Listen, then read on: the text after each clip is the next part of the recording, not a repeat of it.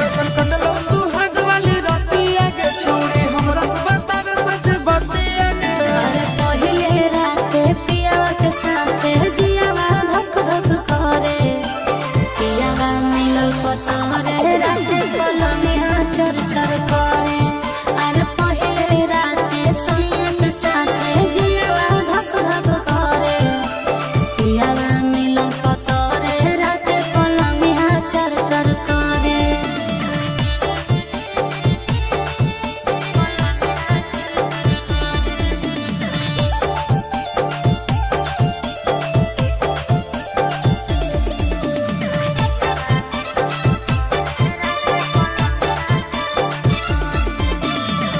कोरा में सटा के पियावा दियावा बुताया रे, घूंघटा उठा के सैया जतरा बनाया रे।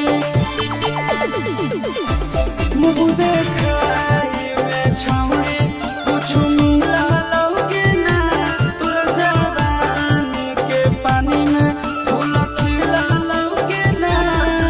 अरे कबो ऊपर कबो नीचे छिजवा मोर धरे, पियावा मिलल पतरे राते पलंगिया चर चर करे।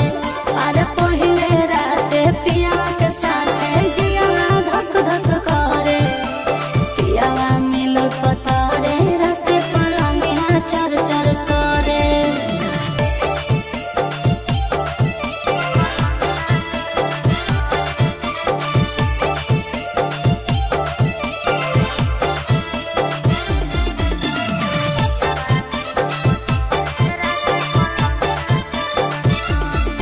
सोनवा के नथिया सैया हमारा ले लाया रे, प्यार से धीरे धीरे अपने से पहनाया रे।